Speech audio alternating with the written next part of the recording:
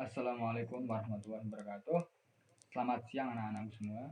Kembali bertemu dengan Bapak pada pertemuan mata pelajaran sosiologi. Nah, gimana nih kabarnya anak-anakku semua? Sehat kan? Alhamdulillah. Semoga anak-anakku semua diberikan kesehatan dan semangat untuk belajar dalam mengikuti pembelajaran yaitu. Sebelum kita mulai kelas pada siang hari ini, alangkah baiknya kita mulai dengan bacaan doa terlebih dahulu. Doa akan Bapak pimpin, berdoa menurut kepercayaan masing-masing.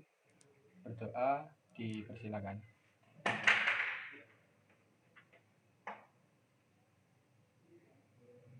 Doa selesai. Ya, terima kasih. Sebelum Bapak mulai, Bapak akan presentasi terlebih dahulu untuk kehadiran pada pertemuan kali ini. Yang pertama ada Risang, mungkin hadir. Ada Sinta hadir, ada Febriana oke hadir, ada Gali oke hadir, Ayu hadir oke, Ridho hadir oke. Soalnya lengkap ya pada kelas ini, pada pertemuan kali ini nggak ada yang absen. Alhamdulillah bagus. Nah, pada pertemuan kali ini kita akan membahas materi lanjutan pada pertemuan minggu lalu, yaitu minggu lalu kita sudah membahas materi tentang nilai dan norma sosial. Nah, pada pertemuan kali ini kita akan membahas materi lanjutannya. Ya, sebelum itu Bapak akan share screen terlebih dahulu untuk memaparkan materinya. Apakah sudah terlihat anak-anak?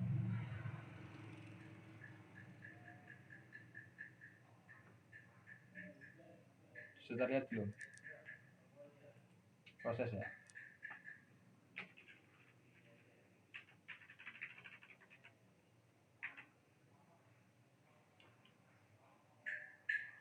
Oke. Nah, pada pertemuan kali ini Bapak akan membahas tentang interaksi sosial. Nah, interaksi sosial sendiri itu merupakan sangat berkaitan dengan manusia, yaitu kita selalu berinteraksi sosial, namun kita tidak sadar apakah yang kita lakukan itu termasuk ke dalam interaksi sosial sendiri. Sebelum Bapak jelaskan lebih lanjut, Bapak akan menjelaskan tentang tujuan pembelajaran pada pertemuan kali ini. Yang pertama, peserta ini diharapkan dapat menjelaskan pengertian interaksi sosial. Yang kedua ada menganalisis syarat-syarat terjadinya interaksi sosial sendiri. Dan yang ketiga ada mengklasifikasikan bentuk-bentuk interaksi sosial dengan baik. Ini adalah 3 tujuan belajar pada pertemuan kali ini. Dan begitu sebaliknya pembahasan pada pertemuan kali ini kita ada 3 poin, yaitu pertama tentang pengertian interaksi sosial, syarat terjadinya interaksi sosial, dan bentuk-bentuk interaksi sosial itu sendiri. Untuk yang pertama yaitu kita akan bahas tentang pengertian interaksi sosial. Nah, ada tahu nggak apa sih yang dimaksud dengan interaksi sosial? Nah, silakan, mungkin ada yang pengen berpendapat, silakan, nggak apa-apa, salah nggak apa, silakan. Yang penting berani untuk berpendapat yaitu. Belum ada yang tahu ya, oke, nggak apa-apa. Nah, Bapak akan jelaskan tentang apa sih interaksi sosial. Interaksi sosial sendiri berasal dari istilah dalam bahasa Inggris yaitu social interaction, yang berarti saling bertindak. Sedangkan menurut Kimball Young dan Raymond Wimek, bahwa interaksi sosial yaitu hubungan timbal balik yang secara dinamis antara individu dan individu, antara individu dan kelompok, ataupun antara kelompok dengan kelompok, baik dalam hubungan kerjasama, persaingan, ataupun pertikaian. Interaksi sosial sendiri terjadi apabila ada satu individu melakukan tindakan sehingga menimbulkan reaksi bagi individu-individu yang lain. Interaksi sosial sendiri tidak hanya berupa tindakan yang berupa kerjasama, tapi juga dapat berupa persaingan dan pertikaian, seperti yang dijelaskan Kimball Young dan Raymond Wimek tadi. Nah, manusia sendiri itu tidak bisa menghindar dari keharusan untuk berinteraksi dengan orang lain. Nah, ini yang tadi Bapak sudah jelaskan bahwa ini karena apa? Karena manusia sendiri adalah makhluk sosial yang keberadaan dirinya sangat ditentukan oleh orang lain, begitu. Seorang manusia itu tidak bisa lepas dari namanya kelompok ataupun masyarakat, karena kita hidup mesti kalau tidak berkelompok juga hidup di dalam masyarakat, gitu. Nah, manusia sendiri itu membutuhkan berbagai hal yang dapat dipenuhi apabila berinteraksi dengan orang lain. Nah, kenyataan inilah yang mau tidak mau membuat manusia melakukan interaksi dengan orang lain untuk memenuhi kebutuhannya yang bermacam-macam, gitu. Contohnya seperti misalkan seorang murid tidak mungkin dapat belajar dengan baik apabila tidak dibimbing oleh guru. Nah, ini di sini murid mau tidak mau harus belajar kepada guru untuk dibimbing agar karena dia ingin belajar untuk lebih pintar, gitu. Nah, untuk poin kedua yaitu ada syarat terjadinya interaksi sosial. Ada yang tahu nggak? Apa saja sih syarat terjadinya interaksi sosial? Nah, ada yang tahu nggak? Gampang kayaknya, harusnya bisa sih. Belum ada ya? Oke, nggak apa-apa. Nah, syarat terjadinya interaksi sosial itu ada dua, yaitu kontak sosial dan komunikasi. Nah, kontak sosial sendiri adalah hubungan antar dua pihak yang saling bereaksi dan sadar akan kedudukannya, baik secara langsung maupun tidak langsung. Nah, itu. Contohnya berjabat tangan, gitu. Nah, ini adalah contoh kontak sosial secara langsung karena bertemu secara langsung, gitu. Sehingga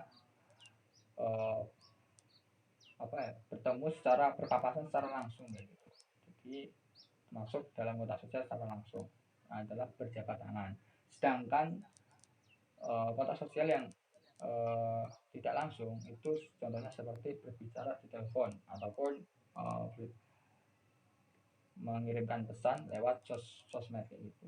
Itu adalah kontak sosial secara tidak langsung, karena kecanggihan teknologi juga sudah menjadi satu perubahan tersendiri terkait kontak sosial, gitu. Yang kedua ada komunikasi. Nah, komunikasi sendiri adalah suatu proses penyampaian pesan, ide ataupun gagasan dari satu pihak kepada pihak yang lain agar terjadinya saling memengaruhi di antara keduanya.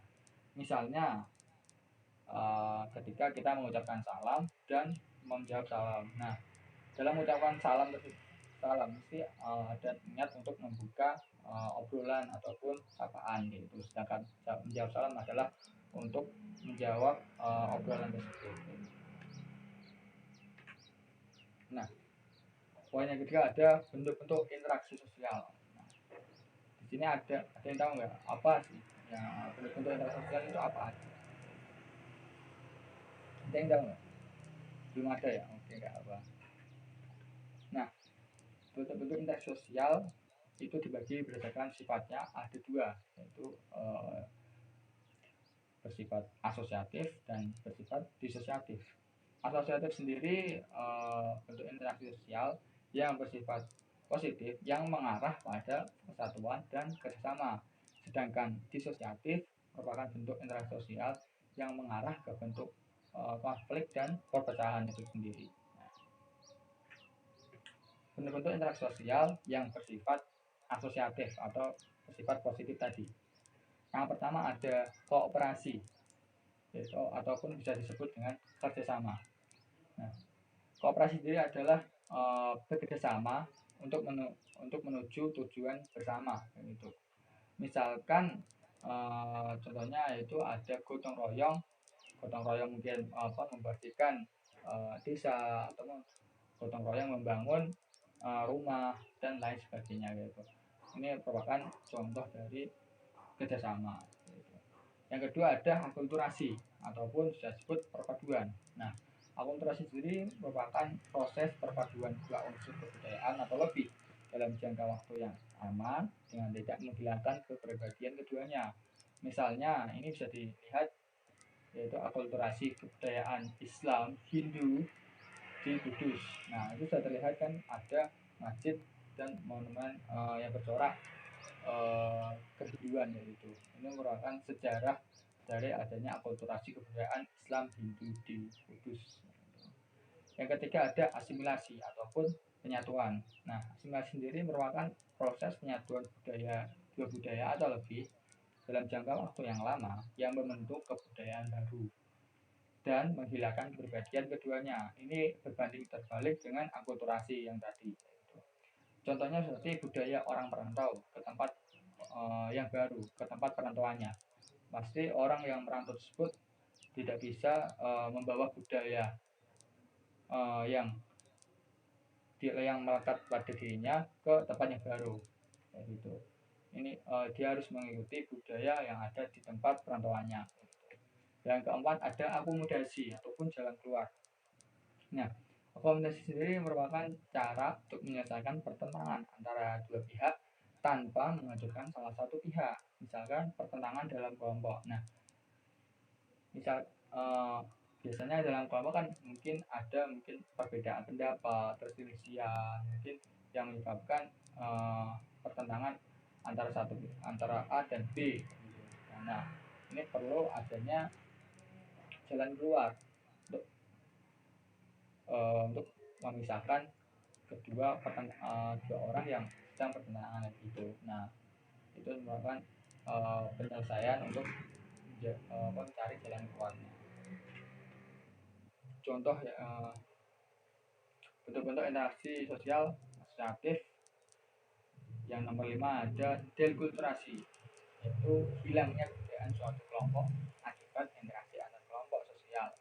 Misalnya pendatang dari desa ke kota. Nah, itu biasanya kan ada kelompok pendatang yang merantau ke desa ke kota. Nah, itu biasanya budaya mereka itu kebanyakan hilang dan mereka mengikuti budaya yang ada di kota, gitu, yang perantauannya dari desa ke kota. Sedang untuk nomor 6 yaitu ada dominasi, yaitu interaksi sosial dalam bentuk suatu kelompok menguasai kelompok lain. Misalnya di kelompok orang kulit putih yang menguasai orang kulit hitam di Amerika Serikat. Itu juga berbanding terbalik juga misalkan di Afrika Selatan bahwa kelompok orang kulit hitam lebih mendominasi daripada kelompok orang kulit putih. Yang ketujuh ada paternalisme, yaitu penguasaan kelompok pendatang terhadap kelompok pribumi. Misalnya pada masa penjajahan di Indonesia, baik penjajahan Belanda maupun Jepang yang menguasai kondisi tempat. Ini penguasaan kelompok pendatang yang lebih menguasai kelompok pribumi. Yang kedelapan ada diskriminasi, yaitu pembedaan perlakuan terhadap orang-orang ataupun golongan tertentu. Misalnya diskriminasi orang kulit putih terhadap orang kulit hitam. Orang kulit putih menganggap bahwa orang kulit hitam itu merupakan kaum bawah, kaum yang sangat jorok dan kaum yang sangat jelek gitu. Padahal sebenarnya manusia itu sama saja, tergantung sifatnya dan kebaikannya gitu. Yang ke-9 ada integrasi dan pluralisme. Nah, integrasi sosial mengakui perbedaan ras di antara kelompok-kelompok masyarakat yang berasal dari ras atau suku bangsa yang berbeda dan dapat hidup bersama secara hukum dan damai. Namun dalam hak dan kewajiban sebagai anggota masyarakat tidak ada perbedaan. Misalnya hak untuk memperoleh pendidikan di Indonesia, semua masyarakat atau semua warga Indonesia memiliki hak untuk memperoleh pendidikan di Indonesia. Sedangkan pluralisme sendiri adalah hubungan antar kelompok sosial yang mengakui persamaan hak politik dan hak perdata semua warga masyarakat. Nah, hubungan seperti ini lebih menghargai kemajemukan kelompok daripada integrasi tadi. Nah, karena Indonesia sendiri adalah masyarakat plural atau majemuk dan terintegrasi dari berbagai suku bangsa. Nah, selanjutnya ada bentuk interaksi sosial yang bersifat disosiatif. Ini ada 3. Yang pertama ada persaingan. Persaingan sendiri adalah proses sosial yang melibatkan individu ataupun kelompok untuk saling berlomba dalam rangka mencapai keuntungan di berbagai bidang kehidupan. Misalnya ada 2 orang yang bersaing dalam merebutkan posisi terbaik atau peringkat pertama di kelas kayak gitu. Nah, misalkan di sini dalam kelas ini mungkin yang ada yang pasti pengen untuk menjadi ranking pertama kayak gitu. Nah, ini pasti akan bersaing untuk merebutkan kayak gitu. Namun dengan persaingan yang adil, yaitu mungkin belajar dengan lebih giat ataupun memperbanyak bacaannya dan mengerjakan tugas dengan baik. Yang kedua ada kontravensi. Nah, kontravensi itu adalah proses sosial yang berada di antara persaingan dan pertenangan. Wujud kontravensi sendiri dapat berupa sikap tidak senang, baik secara tersembunyi maupun terang-terangan. Misalnya dalam penolakan Presiden Jokowi untuk 3 periode. Nah, di sini mesti ada suatu kelompok atau orang yang tidak setuju terkait terkait Bapak Presiden Jokowi untuk menjabat 3 periode. Nah, di sini ada yang bersifat terang-terangan, misalkan dia berseteru untuk tidak setuju untuk Presiden Jokowi untuk 3 periode. Ada yang hanya diam, namun dia menolak untuk Pak Jokowi 3 periode. Yang ketiga ada konflik, yaitu keadaan saling mengancam, menghancurkan, menetralisir, melukai, bahkan saling melenyapkan di antara pihak-pihak yang terlibat. Misalnya konflik antara negara Ukraina dan Rusia yang masih hangat pada hari ini, yang masih menjadi perbincangan terkait konflik Ukraina Rusia yang masih belum reda. Namun di lain sisi, konflik juga memiliki fungsi positifnya, yaitu misalnya dalam konflik dalam diskusi ataupun rapat. Nah, dalam diskusi sendiri kan biasanya ada konflik atau pertentangan. Nah, di sini itu merupakan hal yang wajar terjadi untuk demi terwujudnya suatu tujuan bersama. Nah, sebelum Bapak lanjutkan, di sini ada yang ditanyakan nggak? Mungkin ada yang materi yang Bapak jelaskan kurang paham, mungkin ada yang pengen ditanyain, mungkin unek-uneknya. Silakan. Belum ada ya? Kalau belum ada, berarti Bapak anggap kalian paham ya terkait materi yang sudah Bapak jelaskan tadi, yaitu tentang interaksi sosial. Nah, oleh karena itu Bapak akan mengetes apa kalian benar-benar paham atau masih bingung terkait materi yang Bapak sudah jelaskan. Ini ada gambar. Nah, Bapak ingin kalian mendeskripsikan apa sih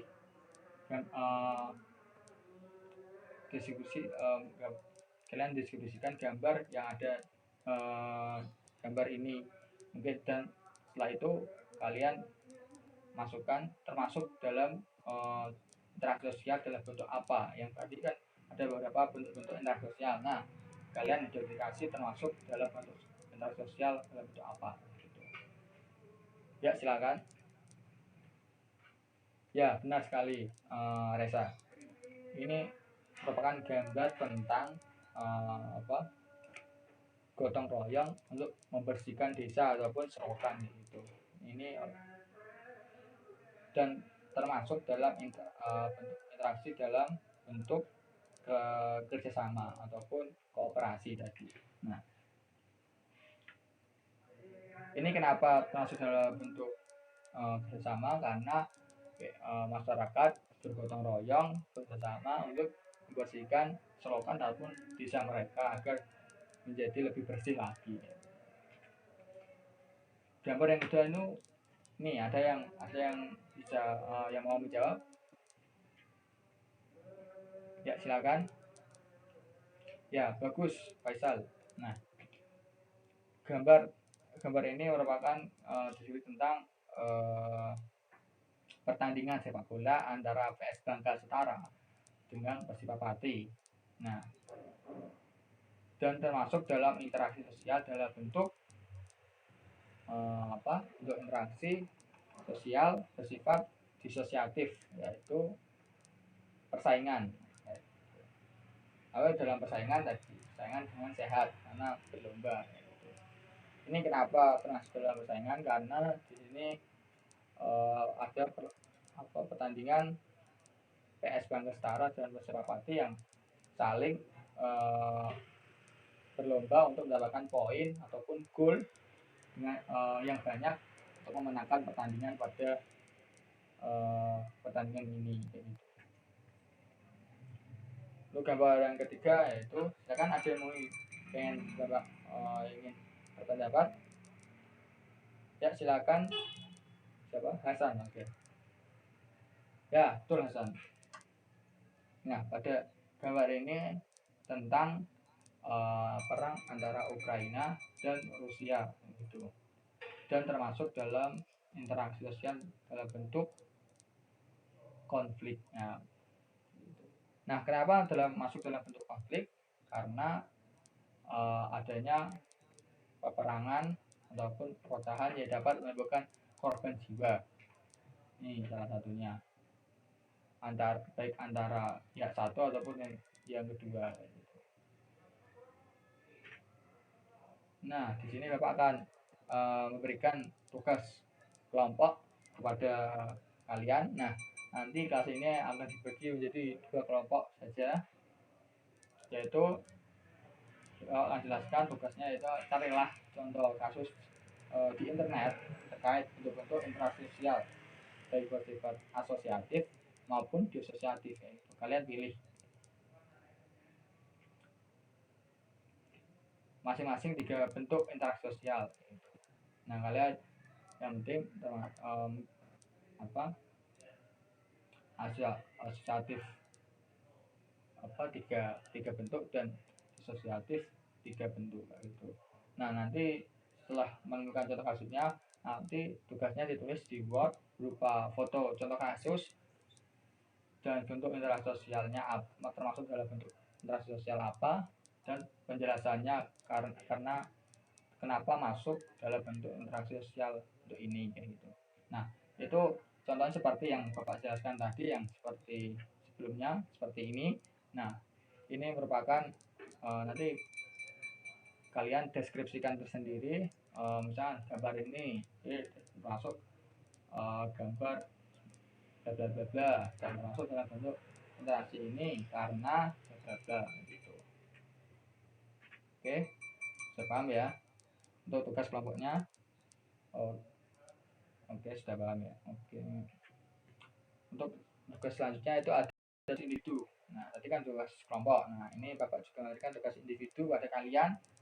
Ini ada 3 pertanyaan yang untuk sebagai catatan kalian, untuk kalian kerjakan di buku catatan juga nggak apa-apa, ataupun nanti di Word juga nggak apa-apa. Namun Bapak saran untuk tugasnya di buku catatan saja, nanti sebagai catatan kalian juga dan pembelajaran atau pegangan kalian dalam pembelajaran interaksi sosial. Ada 5.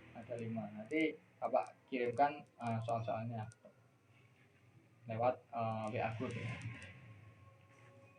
Oke. Untuk simpulan sendiri, Bapak akan menjelaskan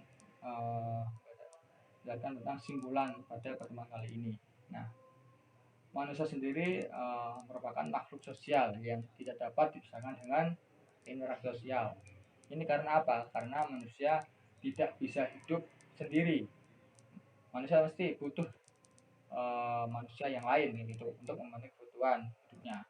Manusia perlu berinteraksi dengan manusia yang lain untuk memenuhi berbagai kebutuhan hidup manusia itu sendiri yang beraneka ragam. Interaksi sendiri sebenarnya selalu dilakukan oleh manusia. namun mereka tidak sadar bahwa mereka sudah melakukan interaksi sosial dari berbagai macam bentuk yang Bapak sudah jelaskan tadi, baik bersifat positif maupun negatif sendiri. Nah,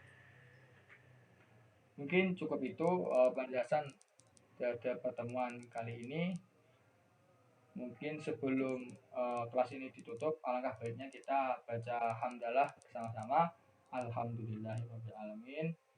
Terima kasih atas waktu yang telah diberikan. Mohon maaf apabila ada tutur kata dari Bapak yang kurang berkenan di hati anak-anak semua. Bapak mohon maaf sebesar-besarnya. Dan jangan lupa untuk mengerjakan tugas yang sudah Bapak berikan kepada kalian. Selamat mengerjakan. Terima kasih. Wassalamualaikum warahmatullahi wabarakatuh.